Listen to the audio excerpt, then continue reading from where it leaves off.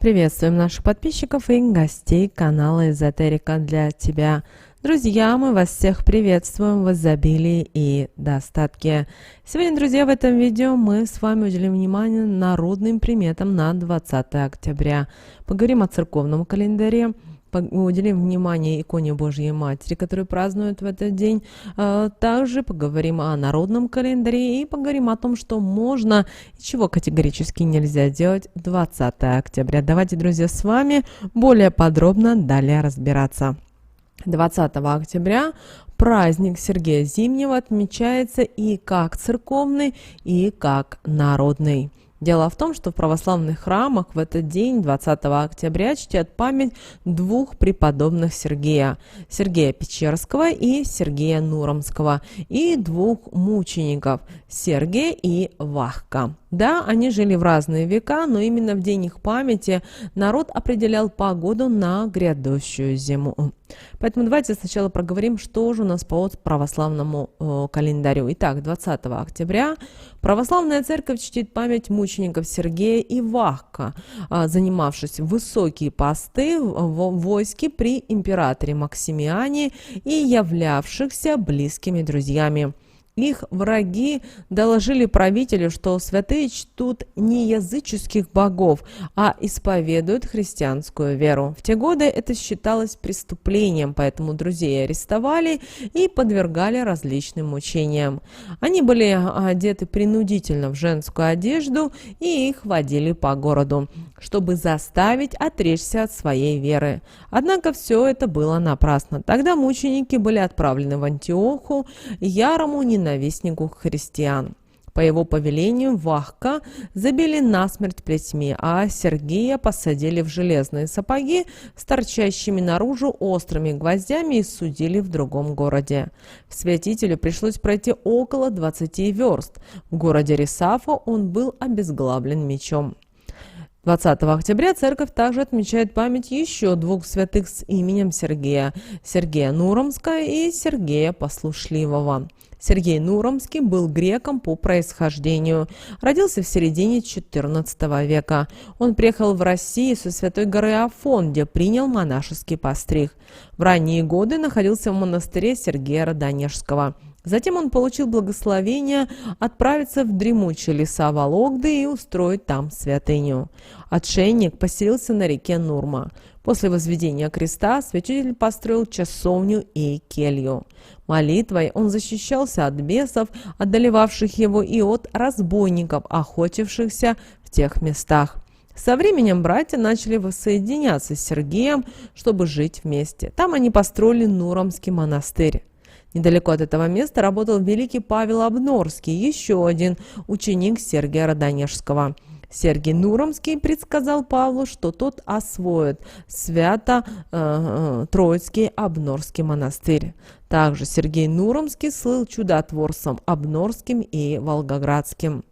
А вот о жизни Сергея Послушливого почти ничего не известно.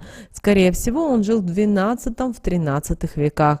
Название «Послушливый», к которому он покоится в пещере Антонио, указывает на характерные дела жизни святого, полное послушание настоятелю и отказ от его воли. Также православная церковь 20 октября чтит память святых, память святителя Иоанна, епископа Ханькауского. Также сегодня вспоминают обретение мощей преподобного Мартиана Белозерского. Также сегодня вспоминают память мученицы Пелагеи Тарсийской. Также празднуется Псково-Печерская икона Божьей Матери, которую мы все знаем как икона Божьей Матери Умиления. О чем же молятся иконе Божьей Матери Умиления? Вы знаете, образ Пресвятой Матери Умиления принято считать женским, то есть предназначенный в основном для женщин. Поэтому принято молиться перед ней в ситуациях, типичных для женщин. Девушки, желающие выйти замуж и иметь крепкую семью, молятся о послании Пресвятой Богородицы хорошего жениха. Также благочестивые молодые христианки молятся уберечь их от насильников, сохранить девичью честь до замужества. А вот женщины, не имеющие счастья материнства, вымаливают детей. Будущие матери просят о благополучном исходе беременности. Матери взрослых дочерей молят о благополучии своих чад. Также обращаем ваше внимание, что в описании к этому видео, друзья, мы оставим вам молитвы, которые вы можете прочитать в этот день. Также, если у вас есть желание, обязательно сходите 20 октября в храм или в церковь и обязательно помолитесь иконе Божьей Матери умиления. Теперь давайте посмотрим, что нас сегодня ждет в народном календаре 20 октября. Итак, в народе этот день назывался как День Сергея Зимнего, Сергеев день, Сергей Печерский. Также называли этот день Сергей Начальник или Святобор. Наши предки подмечали, что уже с 20 октября продолжительность светового дня уменьшается и начинаются ночные заморозки. Праздничным утром первым делом кормили животных скот, а уже потом только шли завтракать. В этот день, 20 октября, самый младший член семьи должен был растопить печь, чтобы всю зимой в доме сохранялось тепло. Женщины на Сергея Зимнего носят новые платочки, чтобы не тревожили головные боли. Даже чтобы не болела голова, старались из дома без нужды не выходить. А если и нужно было куда выйти, то обязательно покрывали голову. Тем временем мужчины посчитывали запасы, чинили зимние сани и ремонтировали машины. Чтобы долгие годы оставаться красивыми и молодыми, в праздник 20 октября умывались кислым молоком. Стригли и окрашивали волосы, завивали их и наносили маски. В доме прибирали и мыли полы. Заканчивали старые дела, а новые в этот день не начинали. Также этот день считался неудачным для свадьбы и венчания. Можно было проходить обряд крещения. На кладбище ходить не воспрещалось, но лучше это было делать в специальный поминальный день. С Сергеева дня ночи становились длиннее, а значит, у нечистой силы появлялась возможность и больше времени вредить. Чтобы защитить себя от происков нечисти, перед тем, как ложиться спать, наши предки проводили особенный обряд. Накануне покупали 12 церковных свечей и расставляли их по всему дому. Как только начинало темнеть, зажигали их ненадолго, а после тушили и прятали. Так делали на протяжении 2 недель. Также пруды еще не покрывались льдом, но все-таки хозяева уже торопились опустить на дно водоемов плотно закупоренные бочки с маринованными огурцами. Поминаем о том, что раньше не было холодильников, и наши предки использовали для этого природу. Знаете, давно известно, что подо льдом ниже плюс 4 градуса по Цельсию температура воды не опустится и всегда будет стабильна. Трудно найти еще лучшие условия было по тем временам для хранения солений. Весной из воды доставали бочки, и на столе появлялись вкусные малосольные огурчики. Вкус у них был такой, будто их только что принесли из огорода. Да и считалось, что у тех огурцов вид был намного лучше, чем у тех, что хранились в погребах. Вы знаете, дело в том, что в этот день, 20 октября, многие народные приметы повторяются, особенно те, которые звучали 8 октября в день почитания Сергия Родонежского. Не стоит удивляться такому повторению, так как давно было замечено, что к одноименным святым притягиваются одни и те же характеристики, пословицы и так далее. И регионы сейчас там стали актуальными такие же сигналы. Также в разные годы в одной и той же местности возможны были колебания погоды в пределы 1-2 недель.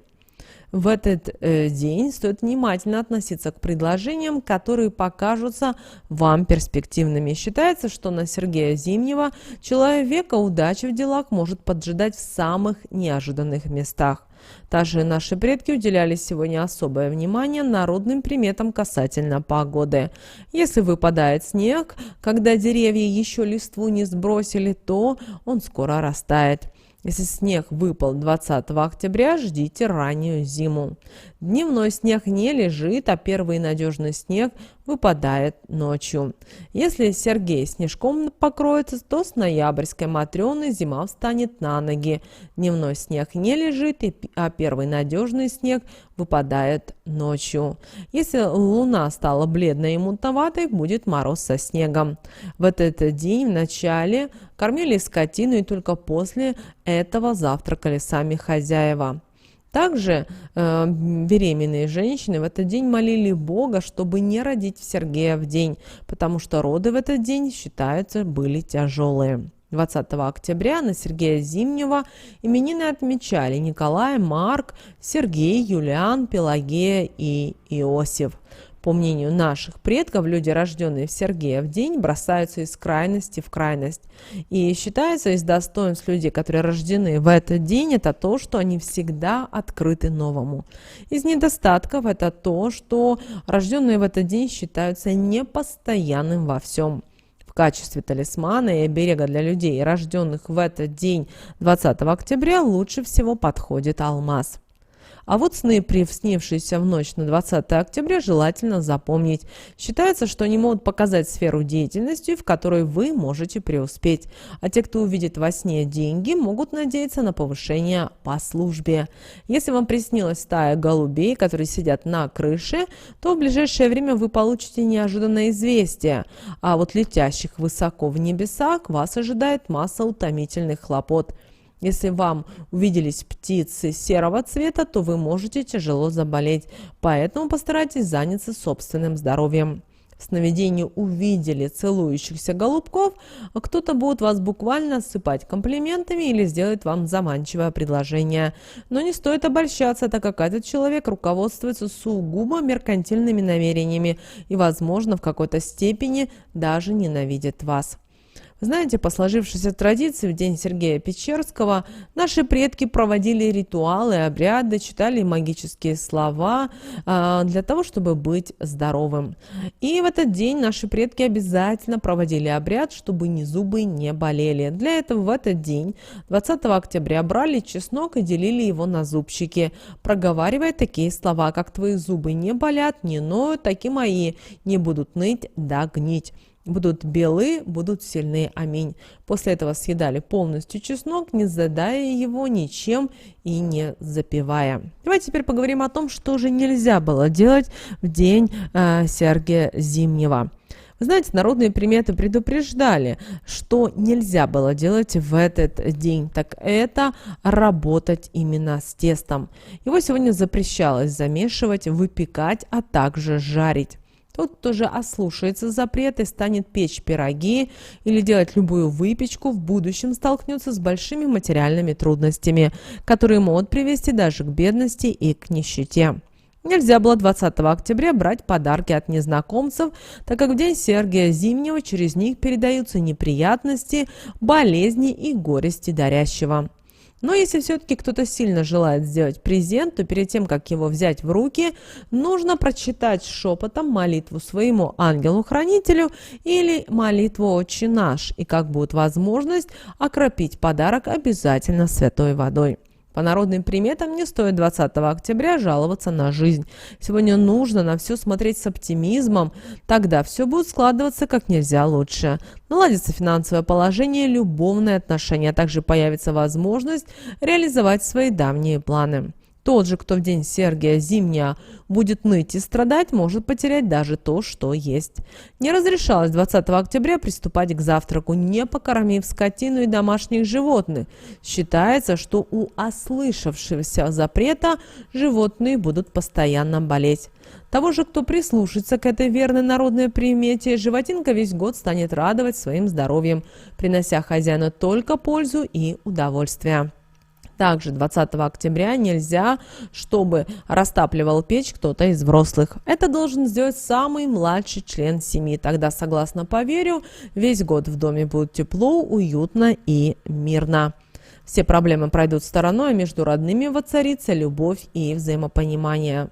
Запрещено в день Сергея Зимнего замужним женщинам выходить из дома с непокрытой головой, иначе начнут мучить сильные головные боли. К тому же в отношениях со второй половинкой возникнут недопонимания и недомолвки. Также не стоило 20 октября справлять свадьбу, так как семейная доля будет тяжелой, полной горести и печали, поэтому лучше перенести дату бракосочетания на другое время. Друзья, вот такой у нас с вами день 20 октября по народным приметам и церковному календарю. Мы надеемся, друзья, что наши советы и наши рекомендации вам помогают в жизни. С вами, как всегда, был канал Эзотерика для тебя. Друзья, обязательно подписывайтесь на наш канал, обязательно ставьте лайк этому видео, обязательно поделитесь этим видео с теми, кого вы любите, кого вы цените, кому вы желаете мира, любви, гармонии, пусть они также знают об этой важной и ценной информации.